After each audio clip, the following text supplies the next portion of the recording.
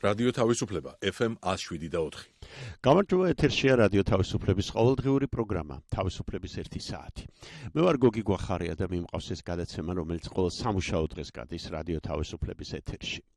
დღევანდელი გადაცემის ხმის რეჟისორი ტატო ჯინჯიხაძე. გახლავთ, გაგახსენებთ, რომ ყოველ სამუშაო დღეს 17 საათზე ახალი ამბების შემდეგ ვართ ჩვენ ეთერში. გუშინ ადამიანის უფლებების სწავლებისა და მონიტორინგის ცენტრმა გამართა ეგრეთ წოდებული ქვიარ ფორუმი თანაორგანიზატორებთან ერთად. ქალთა ინიციატივების მხარდაჭერი ჯგუფი, თანასწორობის მოძრაობა, თემი და საქართველოს ახალგაზრდა მწვანეები და დამოუკიდებელი აქტივისტები არიან ორგანიზატორები ამ ფორუმისა. ჩვენი განაცემა ფორუმს, რომელიც ორგანიზატორთა თქმით ერთგვარი მცდელობაა, უსაფრთხო და ნეიტრალური სივრცის შეთავაზებით ხელი შეუწყოს LGBT queer თემს სათემო ორგანიზაციებს და მის მხარდამჭერებს შორის სადისკუსიო ველის გაფართოებას, არსებული სიტუაციის გააზრებასა და დისკუსიათა წარმოშობას, კვირის მიწურულს დაუბრუნდებით შესაძლებელია პარასკევის გადაცემაში. დღეს კი ერთ თემას ვუბრუნდებით ადამიანის უფლებათა დაცვის ევროპულ სასამართლოში. საქართველოს ადამიანის უფლებების სწავლებისა და მონიტორინგის ცენტრმა 2016 წლის 17 მაისს დაზარალებული LGBT აქტივისტების სახელით მათი უფლებების დარღვევის ფაქტებზე განცხადება შეიტანა. ამ განცხადების თანახმად, მიუხედავად იმისა, რომ 2016 წლის 17 მაისს საპატრიარქოს შენობასთან სტენსილების დახატვის ფაქტი მხოლოდ 50 ლარის ჯარიმის სახით სანქციას ითვალისწინებდა. აქტივისტები კანონის მოთხოვნის დარღვევით ყოველგვარი განმარტების გარეშე დააკავეს.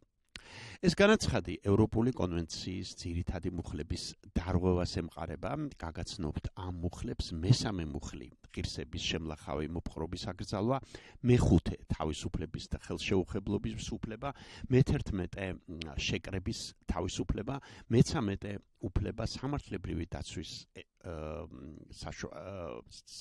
დაცვის ეფექტიან საშუალებაზე და მე-14 დისკრიმინაციის აკრძალვა. არასამთავრობო ორგანიზაცია თემიდას აღმასრულებელი დირექტორი კობა ბიწაძე იქნება დღევანდელი ჩვენი გადაცემის სტუმარი და ვისაუბრებთ ამ ფაქტზე და იმაზე თუ რატომ არ ისჯებიან საქართველოში ჰომოფობურ დანაშაულს. დასაწყისში კი გაგახსენებთ, რომ წელს 17 მაისს თბილისში აღნიშნეს საქართველოს მართლმადიდებლური ეკლესიის მიერ 2014 წელს დაღარსებული ოჯახის სიმტკიცისა და სიწმინდის დაცვის დღე. ეს დღესასწაული 17 მაისს აღინიშნება მას შემდეგ, რაც 2013 წლის 17 მაისს თბილისში დაარბიეს აქცია ჰომოფობიის დღის აღსანიშნავად, ჰომოფობიის და ტრანსფობიის დღის აღსანიშნავად. ამის შემდეგ LGBT საზოგადოების წარმომადგენლებმა და მათი უფლებების დამცველებმა უარი თქვეს ჰომოფობიის ბრძოლის დღის აღსანიშნავად მსვლელობაზე, იმის გამო, რომ როგორც თავად აღნიშნეთ, მას არ მისცეს უსაფრთხოების გარანტიები.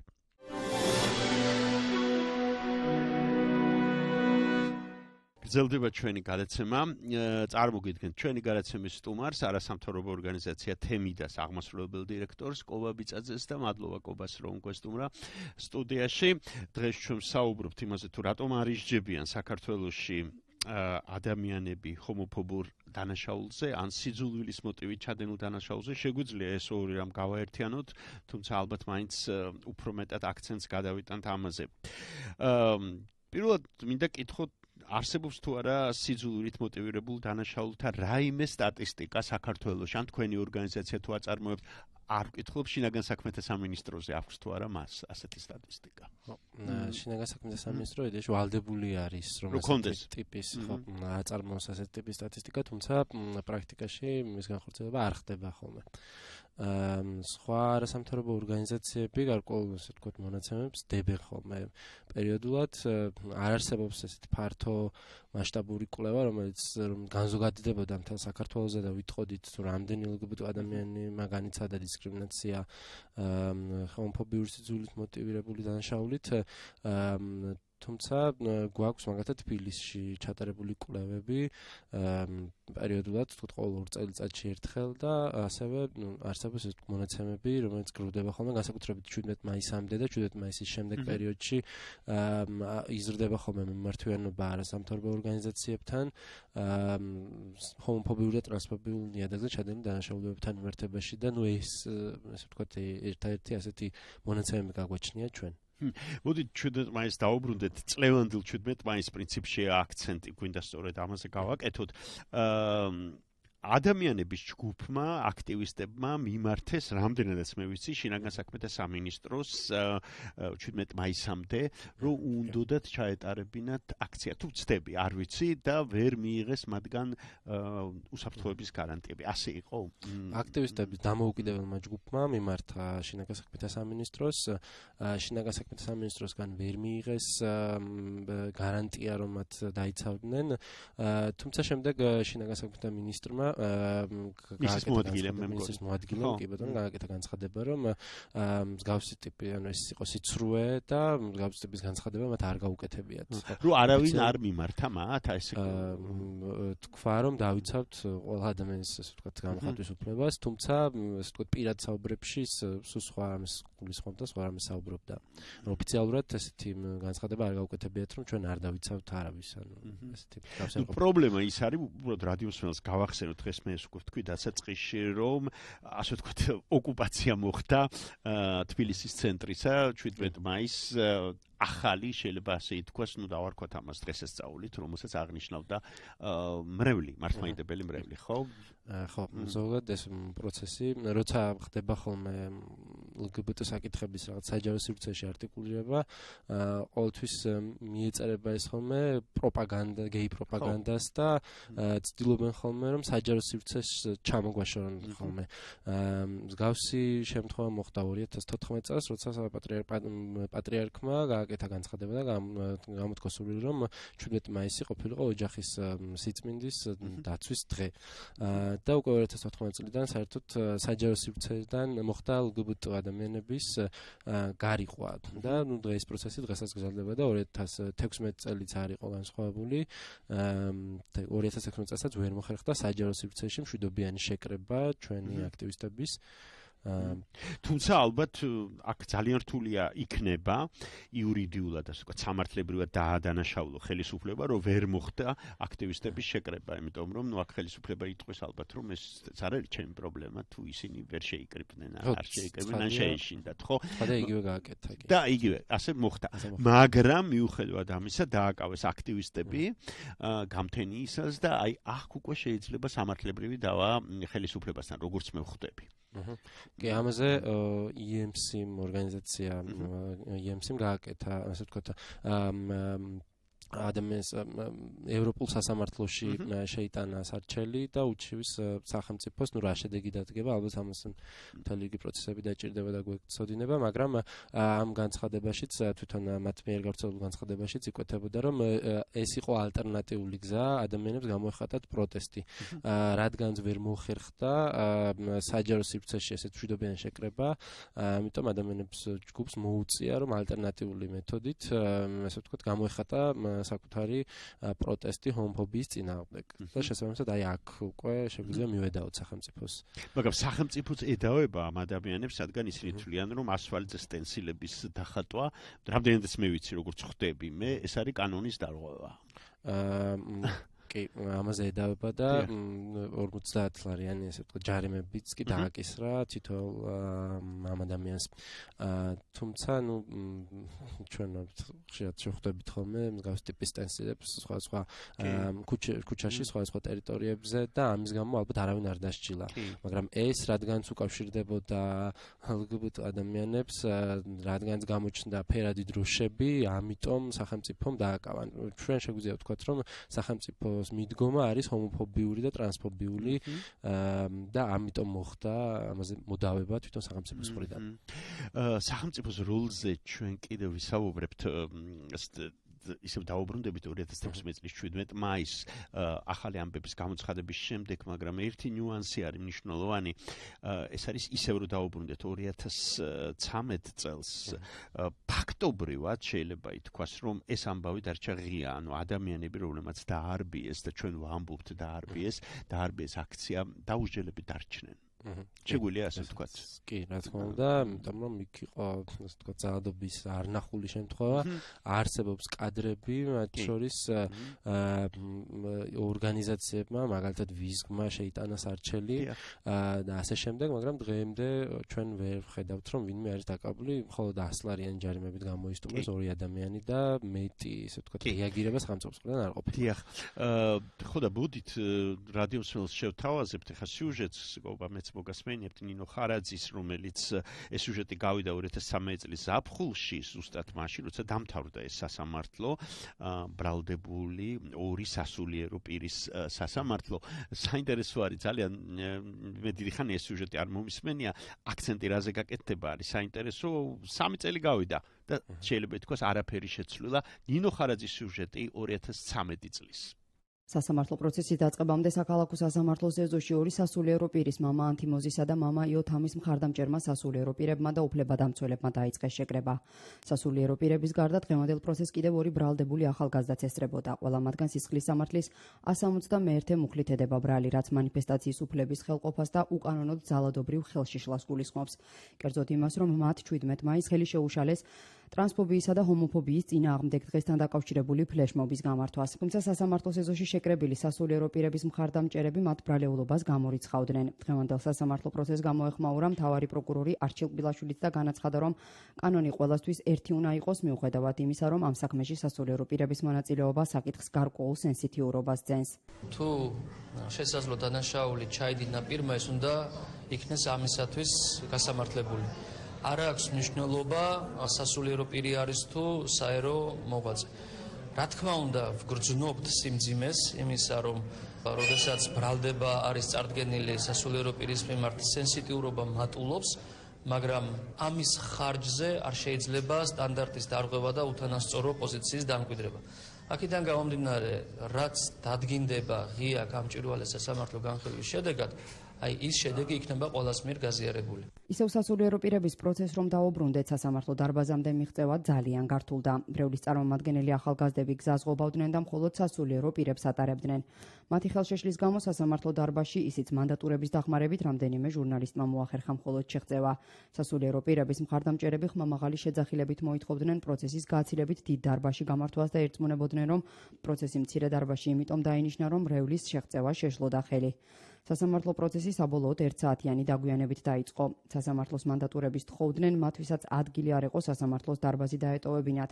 მათ შორის ერთ-ერთ ქალბატონს, რომელიც მუხზე დაჩოქილი ლოცულობდა. ის ფეხზე მხოლოდ ერთ-ერთი სასულიერო პირის თხოვნის შედეგ წამოდგა. თუმცა ლოდინი ამაო აღმოჩნდა, ვინაიდან სასამართლოს ხდომაზე ერთ-ერთი ბრალდებულის ტიტან დავრიშიანის გამოუცხადებლობის გამო, რომელიც სხვა საქმესთან დაკავშირებით ციხეში იმყოფება, პროცესი 23 ივლისისთვის გადაიდო. როგორც პროცესიდან გამოსულმა ანთიმოზ ბიჩინაშვილის ადვოკატმა ბესარიონ ქარცივაძემ განაცხადა, მიუხედავად იმისა, რომ ბრალდების მხარეს 103 მოწმე ყავს და 10-ობით ვიდეო ფირიც აქვს, მისი დაცვის ქვეშ მყოფი პირის ბრალეულობა მაინც არ მტკიცდება. არის არამოტივირებული. ანუ ის ქმედება, რომელსაც ედავებია არქიმანდრიტ მამა ანთიმოზ, რომელიც არის სამების ეკლესიის მსახური, ჩვენ თვლიდან მიგვაჩნია, რომ არის არასწორი, არამართებული, არასამართლიანი და დარღვეული არის ძალიან ბევრი საპროცესო მოთხოვნა, რომელიც აღნიშნულ მტკიცებულებებს ჩვენ თვლით და მიგვაჩნია, რომ სასამართლოზე მათი სრულყოფილად წარმოქმნის შესწავლის შემთხვევაში ეს მოხდება შემდეგ სასამართლო პროცესზე, ჩვენ ამ შუამდგომლობას დავაყენებთ, თვლით და მიგვაჩნია და ერთმნიშვნელოვნად დავადასტურებთ, რომ ეს მტკიცებულებები არ არსებობს. აი რომელზედაც ამბობენ, რომ ბილსიტყვიერობს, არ ბილსიტყვიერობს, არანაირი ექსპერტიზა არ არსებობს, რომ მისი ხმა მოქმედება ერთი იდენტობისა. პროცესიდან გამოსულმა ანთიმოზ ბიჩინაშვილმა კი განაცხადა, რომ როცა მის ბრალეულობაზეა საუბარი, მაშინ მასზე განხორციელებულ ძალადობაზეც უნდა ისაუბრონ. ის ახალხო დამცველს და ადამიანის უფლებადამცველებს მიმართავს. ერთი რამ მაინტერესებს, რომ აი არული კამერით რომ მომდე ტელეფონით ეს გინება რო ისმის რა. და შემდეგ ის მასალა, რომელიც დაიდო ინტერნეტში. და შემდეგ იმ საღამოს ორმა ჟურნალისტმა, ქალბატონმა თავისი მოწვეული სტუმრობით უმოწყალოდ რომ გადამიარეს. ჩემი უფლებები არ დაირღვა იმ დღეს. სახალხო დამცველს მიმართავდა ადამიანთა უფლებების დამცველ ორგანიზაციებს. მაინტერესებს, ჩემი უფლებები დაირღვა თუ არა. საკითხი ეს არის. დღევანდელ სასამართლო პროცესზე დასასწრებად იყო მისული ქალთა ინიციატივების მხარდამჭერი ჯგუფის ხელმძღვანელი ეგა აღდგომელაშვილი. თუმცა მან პროცესზე შესვლა ვერ მოახერხა. მოგვიანებით რადიო თავისუფლებასთან სატელეფონო საუბარში მან აღნიშნა, რომ სასამართლო პროცესს ძალიან დიდი მნიშვნელობა აქვს, ვინაიდან ბოლო დროს საზოგადოებაში გაჩნდა კითხვები, რა არის უზენაესი სასამართლოს ნორმები თუ რელიგიური დოგმები. ხალხის ზღვარი, თქვათ, აი ამ რელიგიის თავისუფლებასა და სხვა ადამიანის უფლებებს შორის ძალიან მკვეთრად უნდა იყოს გავლებული და ისიც რომ კონვენციაში ყველა თანაბრად უნდა აგებდეს პასუხს მიუხედავად იმისა, ის მიეკუთვნება რომელიმე რელიგიას, თქვათ, არ მიეკუთვნება უბრალოდ აღიარებს რომელიმე რელიგიას, არ აღიარებს, არის რომელიმე ინსტიტუციის წევრი თუ არ არის. სასულიერო პირების და მასთან ერთად კიდევ 3 ბრალდებულის წინა სასამართლო პროცესი 23 ივლისს 12 საათზე ჩაინიშნა. დიახ, ეს პროცესები გრძელდებოდა. ჩვენ ნინო ხარაძის სიუჟეტს მოусმინეთ, რომელიც 2013 წლის ივლისში გავიდა ჩვენ რადიოს ეთერში და აი ჩემი სტუმარი ბატონი კობაბიცაძე ამბობს, რომ პრინციპში ადამიანები კლავაც დაუსჯელები არიან. ყოველ შემთხვევაში ის სასჯელი, რომელიც გამოაცხეს, არაადეკვატური იყო, ხო? 17 მაისის შემდეგ. მე ვიცი, რომ ესე იგი გასაჩივრება გრძელდება და ადამიანის უფლებათა დამცველები ასე ადვილად არ აპირებენ დანებებას, ხო, ევროპულ სასამართლოში და ასე შემდეგ. პრეცედენტი გვაქვს 2012 წლის 17 მაისზე მსგავსი ტიპის ძალადობა მოხდა, მაგრამ უფრო ნაკლებ მასშტაბური იყო. და ევროპულმა სასამართლომ მიიღო დადგენილება და სახელმწიფოს დანაშაული აღიარა და დააკისრა კიდეც ვალდებულებები. 2013 წლის შემთხვევა უფრო გაცილებით მასშტაბური იყო, ველოდებით რომ ევროპული სასამართლო ასევე შეტანილი არის არჩეული ევროპულ სასამართლოში და ველოდებით ასევე მისგანაც დასკვნას, ალბათ მალე უნდა იყოს ეს დასკვნაც და ნახავთ და დავინახავთ. ნუ ჩვენი მოლოდინი რა თქმა უნდა არის ის, რომ სახელმწიფოს დანაშაულს დაინახავს ევროპული სასამართლო. დიახ, და ჩვენ რადიოსმენელს მინდა შევახსენო, რომ სახელმწიფოს დანაშაულის, ესე იგი ამ თანხის გადახდაზეა საუბარი და ეს ჩვენი ჯიბიდან უნდა გადაიხადოს. ხო, საღას უკვე ასე ვთქვათ, მომავალი 17 მაისისთვის ლაპარაკობ ამას, ხო?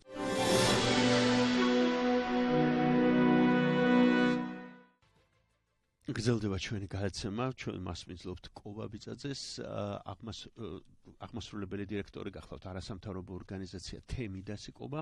ჩვენ საუბრობთ ჰომოფობური მოტივით ჩადენილ დანაშაულებზე საქართველოში, ახალ ამბებამდე ვკითხეს სწორედ კობას, ყოფილა თუ არა შემთხვევა ვინმე დაჟილიყო საქართველოში ჰომოფობური დანაშაულის გამო და რატომ ერიდებიან ასეთ სასჯელს. საქართველოს სისხლის სამართლის კოდექსში არსებობს ჩანაწერი, რომლის საფუძველზედაც დამამძიმებელ გარემოებად მიიჩნევა დისკრიმინაცია სხვადასხვა ნიშნისგან, მათ შორის არის გენდერული იდენტობა და სექსუალური ორიენტაცია. ამ ნიშნით ერთადერთი შემთხვევა აღირიცხა, რომ ხო, ერთადერთი შემთხვევა იყო, როცა ადამიანი დაისაჯა, სხვა შემთხვევებში ეს კანონი უბრალოდ არც გამოუყენებია სასამართლოს. დაისაჯა, ნამდვილად დაისაჯა თუ ესე ფორმალურად აქვს 50 ლარიდან, არ ვიცით ხო. ხო, რადიოსმენელს გავახსენებ 2012 წლის 27 მარტს შევიდა სისხლის სამართლის კოდექსში ეს ცვლილება, ხო? ცვლილება, რომლითაც ჰომოფობური მოტივით ჩადენილი დანაშაული, რომლის დამამძიმებლად ჩაითვალა. და მნიშვნელოვანია, რომ 2014 წელს მიიღო ასევე პარლამენტმა ადამიანის უფლებათა 7 წლიანი სტრატეგიული გეგმა. ძალიან მნიშვნელოვანია ეს გეგმა, თუ გაეცანით, თუ იცით ეს როგორია ეს სამოქმედო გეგმა, რას ითვალისწინებს ეს. ეს დეტალებში მაგრამ ნუ ითვალისწინებს სექსუალური ორიენტაციას. 2 წლიანი სამოქმედო გეგმაც მიიღო ამავე წელს და 7 წლიანი სამოქმედო სტრატეგია. და სრულდება ეს გეგმა. სამწუხაროდ პრაქტიკაში ვერ ვხედავთ მის განხორციელებას. ჩვენი კანონმდებლობა შედარებით უფრო მოწესრიგდა, თუ ასე ვთქვათ, გადავხედავთ კონტექსტს, სადაც ვცხოვრობთ, მაგალითად კავკასიის რეგიონში, ყველაზე უკეთესი მდგომარეობა საქართველოში არის. მაგალითად წინა წელს 2013 წელს შრომის კოდექსში შევიდა ცვლილებები, სადაც აიკრძალა ასევე დისკრიმინაცია გენდერული იდენტობის და სექსუალური ორიენტაციის ნიადაგზე და სხვა რიგი, ასე ვთქვათ, კანონები, თუმცა პრაქტიკაში განხორციელება არ ხდება და ჩვენ ვერ ვხედავთ, რომ სახელმწიფოს აქვს პოლიტიკური ნება, რომ დასაჯოს ჰომოფობიური და ტრანსფობიური დანაშაულებები. მეტიც მათგან განცხადებაც კი არ ხდება იმაზე, რომ ვინმეს დასჯიან ამ, ასე ვთქვათ, ამ დისკრიმინაციის გამო.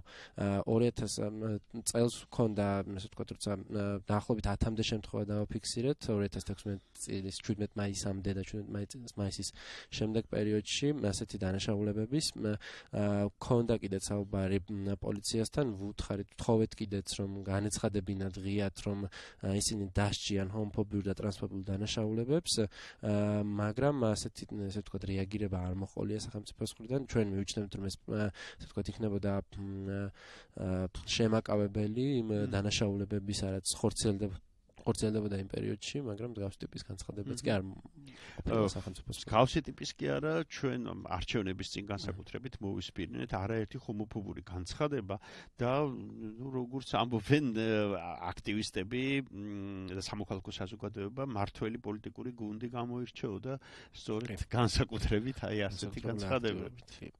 ხო, ეს პროცესი უკავშირდება ქორწინების ვთქვათ, თანასწორობის საკითხს, ცა გიორგი ტატიშვილმა 2016 წლის ზამთარში შეიტანა სარჩელი საკონსტიტუციო სასამართლოში, რასაც მერე ესეთი სერიოზული PR კამპანია მოჰყვა სხვა პოლიტიკურ პარტიების მხრიდან და ეს უკავშირდებოდა სწორედ საარჩევნო პროცესებს და ყოველთვის ესე არის ხოლმე საარჩევნო პროცესის მოახლოებასთან ერთად იწყება ხოლმე ჰომოფობიური სიძულვის ენის გაჟღერება განსაკუთრებით პოლიტიკურ პარტიების და პოლიტიკოსების მხრიდან ხოლმე. წელსაც იგივე განმეორდა და არაერთი, ასე ვთქვათ, შემთხვევა დაფიქსირდა, როცა თვითონ პოლიტიკოსები განსაკუთრებით ქართული ოცნებიდან გამოირჩეოდნენ ჰომოფობიური, ასე ვთქვათ, სიძულვის ენის ტირაჟირებით. ამ ენას, ასე ვთქვათ, ვერ აუგრძალა, იმიტომ რომ საქართველოში იტყვის თავისუფლება, მაგრამ თვლით, რომ გარკვეული თვალსაზრისით ასეთი განცხადებები პროვოცირებას უკეთებს, ხო? დანაშაულს ჰომოფობურ ხადია, იმიტომ რომ წახალისებს ყოველთვის ჰომოფობიურ დანაშაულებებს და პრინციპში წელსაც ჰქონდა ესეთი შემთხვევები და აღირიცხა კიდეც ასეთი, ასე ვთქვათ, ძალადობის ფაქტები LGBT ადამიანების მიმართ. და განსაკუთრებით ტრანსგენდერი ქალების მიმართ ჩვენ ვიცით როგორ ტრაგიკული შემთხვევები, ხო? მაგალითად საბიბერიანის საქმე როგორ დასრულდა ეს საქმე? დასრულდა ისე რომ ჯერ არ დასრულებულა. ჯერჯერობით არ დასრულებულა, მიმდინარეობს პროცესი და ველოდებით სასამართლოს გადაწყვეტილებას. ამიტომ ვერ ვიტყვით რა შედეგი შეიძლება დადგეს. მედი მაქვს რომ ამ შემთხვევაში პოზიტიური შედეგი დადგება. კიდევ ერთი ტრანსგენდერი მოკალეს ამ ცოტა ხნის წინ ტრანსგენდერი ქალი ზიზი ის საქმეც ეს ჯერჯერობით მიმდინარეობს და არ დასრულებულა, სამწუხაროდ გარდაიცვალა ეს ადამიანი და ჯერჯერობით ვერ ვიტყვით. ყოლა, არ ვიცი, აწარმოებთ თუ არა დაკვირვებას რეგიონებში როგორი მდგომარეობა, მე გალეცემის დასწრებში კითხეთ, რომ არსებობს თუ არა სტატისტიკა მეთქი და თბილისი მაინც უფრო აქტიურობენ ეს იგი ადამიანის უფლებათა დამცველები და უფრო თავისუფლება რეგიონებში მდგომარეობა ბევრად უფრო მძიმეა. სავარაუდოდ ბევრად უფრო მძიმეა, კიდევ ერთხელ ვიტყვი რომ კვლევები რომლებიც ჩატარებულა აქამდე ეს მხოლოდ თბილისში არის ჩატარებული და განზოგადება არ შეგვიძლია მოვახდინოთ რეგიონებზე. რეგიონებში ალბათ გაცილებით უფრო უარესი სიტუაცია, რადგანაც თბილისში, ვთქვათ, მუშაობს რამდენიმე სათემო ორგანიზაცია, არსებობს რამდენიმე მეგობრულად განწყობილი სერვისი, არის გარკვეული სივრცეები, სადაც ადამიანებს შესაძლებლობა აქვთ სოციალიზაციის პროცესის და ასე შემდეგ, რაც რეგიონებში პრაქტიკულად არ არსებობს, ერთადერთი ქუთაისის და ბათუმის და ახლა უკვე დაემატა ზუგდიდი, სადაც არსებობს სათემო ცენტრები, თუმცა ჩვენ ვერ ვისაუბრებთ მაგალითად კახეთის რეგიონში რა მდგომარეობა, ვერ ვიტყვით მაგალითად სამცხე-ჯავახეთის რეგიონში ან სვანეთში რა მდგომარეობა, როგორ არიან LGBT ადამიანები, ვის მიმართ მომართვიანობაც არ არის ხოლმე მაღალი რეგიონებიდან განსაკუთრებით. უბრალოდ არიციან რომ ვის მიმართონ თუ ეშინიათ თქვენი აზრით, რატო არ არის მომართვიანობა? ორივე მიზეზი შეიძლება იყოს, ალბათ ყველაზე უფრო პრობლემატური შიშის მომენტია, იმიტომ რომ ბევრი ადამიანი ვერ ბედავს, ასე ვთქვათ, ეს პირდაპირ უკავშირდება ხოლმე coming out-ს და coming out-ი კიდე უმრავი ბარიერები ახლავს თან და შესაბამისად ვერ ხდება ხოლმე ჩვენამდე მოსვლა მსგავს ტიპის შემთხვევებში. ნუ ეს მედიის ბრალიც არის ალბათ, რადგან არიციან, ესე იგი მედიის ბრალიც არის, რომ ინფორმაცია არ ვრცელდება, რომ არსებობს ორგანიზაციები, რომელსაც შეიძლება მათ მიმართონ და ენდონ, რაც თავარია, ხო? იმიტომ რომ უნდობლობის ფაქტორი მაინც ძალიან მნიშვნელოვანია, რომ მაინც გაახმაურებენ ამ ისტორიას. ჩვენ ვერ ვიტყვით, რომ LGBT ორგანიზაციები იმდენად ძლიერები არიან, რომ თქვა შეუძლიათ ყველა LGBT ადამიანს მიაწვდინონ ხმა საქართველოში. შეიძლება ჩვენი პრობლემაც არის, მაგრამ ჩვენს რესურსების ესე ვთქვათ ნაკლებობას განვიცდით და მეორე ცხადია მედია საშუალებები შემთხვევაში არ ინტერესდებიან, თუ ინტერესდებიან არის ხოლმე ჰომოფობიური, ასე ვთქვათ გადაცემები, სიუჟეტები და ასე შემდეგ. ანუ რაღაც ეგზოტიზაცია ხდება. სხვათა აქ თითქმის ყველა ამბობს LGBT ადამიანების უფლებების დამცველები, რომ ჩაგრული სუბიექტების, ასე ვთქვათ, ხილვადობა არის კვლავ სერიოზული პრობლემა საქართველოში და ეს ამ პრობლემის გადაჭრა ძალიან ბევრ სხვა პრობლემას გადაჭრს, ხო? საერთოდ პრობლემა, იმიტომ რომ ნებისმიერ ადამიანი საკუთარი უფლებების დაცვას უკეთესად განახორციელებს, ვიდრე სხვა ადამიანი, ვინც სხვისი სახელით საუბრობს. ამ პრობლემის აღმოსაφხვრად მუშაობს სათემო ორგანიზაციები, მთავარი ასე ვთქვათ მიმართულება არის, რომ თემი გაძლიერდეს, გაიზარდოს ინფორმირებულობა, სენსიტიურობა LGBT საკითხების მიმართ, დაიძლიოს ეს ბარიერები, რაც coming out-ს ახლავს თან და შემდეგ უკვე მოხდეს ასე ვთქვათ თემის მობილიზება, შეკრება ნებისმიერ საკითხის ასე ვთქვათ პრობლემატური საკითხზე ყურადღების გამახვილება, ზოგადად თემის წევრების მეტი ჩართულობა უნდა მოხდეს. სამწუხაროდ დღეს ჯერჯერობით ჩვენ ამაზე ვერ ვისაუბრებთ. კი, მაგრამ როცა ჩვენ საუბრობთ 2013 წლის 17 მაისზე, იმასაც აღნიშნავენ ხოლმე და მეც ვეთანხმები, რომ ნუ ძალიან მძიმე არის სურათი, მაგრამ ბევრი რამ უკეთესობისკენ შეიცვალა, სწორედ აი ამ დღის, აი ასეთი დასრულების გამო. ფაქტობრივად გარდამტეხი იყო ეს LGBT აქტივიზმში, იმიტომ რომ 2013 წლამდე არ ხდებოდა ხოლმე, თითქმის არ ინტერესდებოდნენ ჟურნალისტები, მაგალითად LGBT საკითხებით, LGBT ადამიანთა პრობლემებით.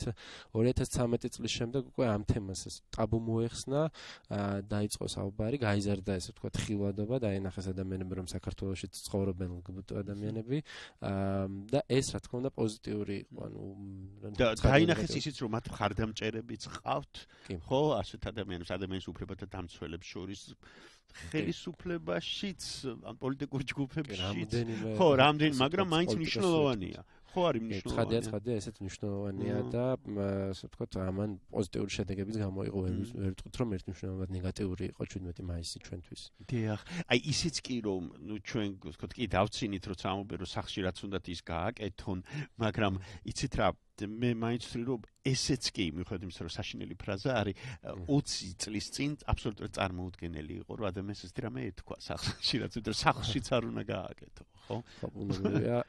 ბუნებრივია ესეთ პროგრესია, რა თქმა უნდა, მაგრამ ჩვენ ვერ ვიტყვით, რომ ეს რა თქმა უნდა. მაგრამ ანუ ბრძოლა უნდა გაგრძელდეს. ჩვენ გადაცემის დაწყებაში აღვნიშნეთ, რომ 2016 წლის 17 მაისს დაუბრუნდით და ესე იგი ადამიანებმა, აქტივისტებმა ადამიანის უფლებათა დამცველებმა მიმართეს ევროპულ სასამართლოს. და აქვთ იმედი, რომ ევროპული სასამართლო დადებითად გადაწყვეტს მათ მიმართვას და გაქვთ ეს იმედი. კი, ბუნებრივია, იმიტომ რომ ჩვენ ვთქვით, რომ უკვე პრეცედენტი გვაქვს 2012 წლის საქმეზე და იგივენაირად ველოდებით 13 და 16 წლის. 13 და 16. ეს კიდევ ერთხელ მინდა ხაზი გაუსვა, რომ საუბარია წლევანდელ იმაზე, რაც წელს მოხდა. თქვენც იყავით იმ დროს იქ ამათ აქტივისტ შორის მე არ ვიყავი. არა, მაგრამ როგორ დასრულდა ვიცით. აუმბე რომ ნუ ძირითადად აქცენტი გაკეთებულია იმაზე, რომ ძალიან ასე ვთქვათ, უხეშად ეპყრობოდა პოლიცია ამ ადამიანებს. ასე არის, აი 10 აქტივისტი რომ დააპატიმრეს კამპანიისას. აქტივისტებიც აღნიშნავდნენ, რომ ამ ადამიანებს არ ჰქონდათ არანაირ ფორმა, რითაც გამოარჩევდნენ. ხო, აი ეს ძალიან მნიშვნელოვანია. იმიტომ რომ არსებობდა შიში, რომ ეს კანონის დარღვევაა, ხო? ცხადია, მაგრამ მათ არც განემარტათ თუ რატომ აკავებდნენ ესეც კანონის დარღვევაა და არა ადამიანური მოპყრობა, ბუნებრივია, რაც არ ღვევს ადამიანს ადამიანის უფლებების. არ მოხდა გაფრთხილება და ამ ადამიანებში შექონდათ იმისა, რომ ეს ვიღაც ჰომოფობების ჯგუფი იყო, რომლებიც თავს ესხმოდნენ LGBT ადამიანებს, შესაბამისად ძალის წინააღმდეგობის გაწევაშიც ედავებოდნენ პოლიციის მიმართ და ეს არაადეკვატურია აბსოლუტურად. შემდეგ უკვე არაძლევდნენ ტელეფონით დაკავშირების საშუალებას გარკვეული პერიოდი ჩამოართვეს ტელეფონები და ჩვენ უბრალოდ არ ვიცოდით სად იმყოფებოდნენ ეს ადამიანები მე დავადგინებთ უკვე და მივედით 10 აქტივისტია საუბარი ფირზე არის გადაღებული ეს როგორ ეყრობოდნენ დაკავების ხო არ არის გადაღებული იმიტომ რომ ჩამოართვეს კეთილი ეს კიდევ ერთხელ ვეტყვი რადიოსმენელს ადამიანის უფლებათა დაცვის ევროპულ სასამართლოს მიმართ ეს აქტივისტებმა საქართველოს ადამიანის უფლებების სწავლებისა და მონიტორინგის ცენტრმა როგორც ვიცი 17 მაისს დაზარალებული LGBT აქტივისტების სახელით მათი უფლებების დარღვევის ფაქტზე შეიტანეს განცხადება და ამ განცხადების თანახმად აქტივისტები კანონის მოთხოვნის დარღვევით ყოველგვარი განმარტების გარეშე დააკავეს საქართველოში წელს 17 მაისს და იქ მუხლებიც კი არის მითითებული თუ ნახეთ რომელი მუხლები დაირღვა გადაცემის დასაწყისში მე რადიოსმენელს ვუთხარი ამ მუხლების შესახებ. დიდი მადლობა ჩვენი სტუმარი იყო არასამთავრობო ორგანიზაცია თემიდას აღმასრულებელი დირექტორი კოლბა ბიძაძე.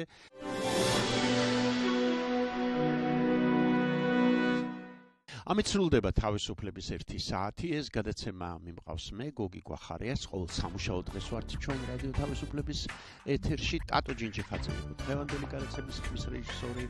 ხოლმე გემშვიდობებით. კარგად წადგეთ.